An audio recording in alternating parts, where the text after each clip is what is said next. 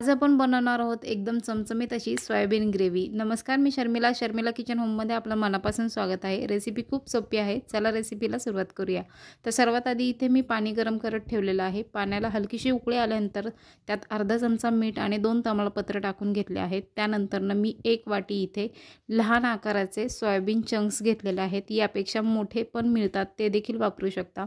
ते टाकून घ्यायचे। नंतर 2-3 मिनिटं आपल्याला गॅस चालू ठेवायचा आहे। आता गॅस बंद करायचा आहे 2-3 मिनिटानंतर आणि हे 10 मिनिटं साईडला झाकून ठेवायचं आहे। तोपर्यंत आपण सोयाबीनचा मसाला तयार करून घेऊया। तर इथे मी एका कढईमध्ये तेल तापत ठेवलं आहे। त्यानंतर अर्धा चमचा जिरं, एक लहान आकाराचा कांदा घेतलेला आहे, तो उभ्या स्लाइसमध्ये कट करून घेतलेला आहे, तो देखील यामध्ये टाकून घ्यायचा आहे आणि छान परतून घ्यायचा आहे। त्यानंतर 15 ते 16 लसणाच्या पाकळ्या, अर्धा इंच आलं घालून छान परतून घ्यायचं आहे। आपल्याला तांबूस रंग येईपर्यंत आपल्याला छान परतत राहायचं आहे। छान तांबूस रंग आलेला आहे, बघू शकता। त्यानंतर त्यात एक मी मीडियम आकाराचा टोमॅटो घेतलेला आहे, तो पण उभ्या स्लाइसमध्ये कट करून घेतलेला आहे, तो देखील आपल्याला परतून घ्यायचा आहे आणि छान मऊ होईपर्यंत परतून घ्यायचा आहे। याच्यावर तुम्ही झाकण देखील ठेवू शकता। बघू शकता टोमॅटो आपला मऊ झालेला आहे। गॅस बंद करूया आपण। आता हे छान मिक्सरच्या भांड्यामध्ये काढून घेऊया। त्यानंतर इथं मी 1/4 कप भाजलेले तीळ घेतलेले आहे, तीळ देखील टाकून घेऊया आणि छान ग्रेव्ही करून घेऊया। ग्रेव्ही झालेली आहे आपली, बघू शकता एकदम दाटसर ग्रेव्ही तयार झालेली आहे। त्यात पाणी वगैरे घालायची अजिबात आवश्यकता पडत नाही। आता आपण जे सोयाबीन साईडला ठेवले होते ते एकदा बघून घेऊया। ते स्वच्छ गार पाण्याने धुवून घ्यायचे आहेत। त्यानंतर छान स्क्वीज करून घ्यायचे आहेत या पद्धतीने।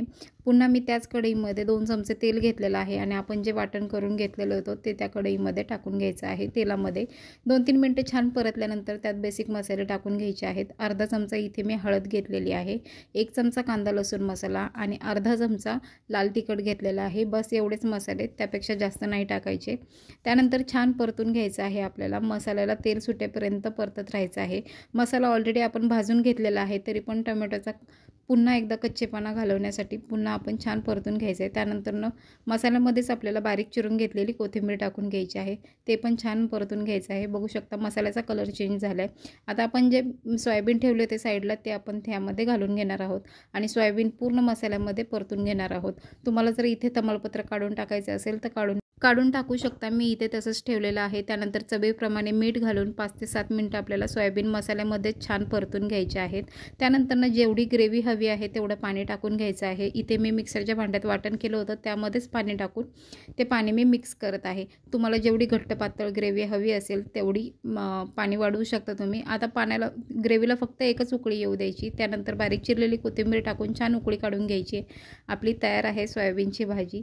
गॅस बंद करूया आता आणि गरमागरम सर्व करून घेऊया। बघू शकता दिसायला किती सुंदर दिसते आणि चवीला देखील फार उत्तम झाली होती आणि दाटसर ग्रेव्ही एकदम तयार होते। रेसिपी आवडली असेल तर शर्मिला किचन होमला सबस्क्राइब करा आणि व्हिडिओला लाईक देखील करा। धन्यवाद।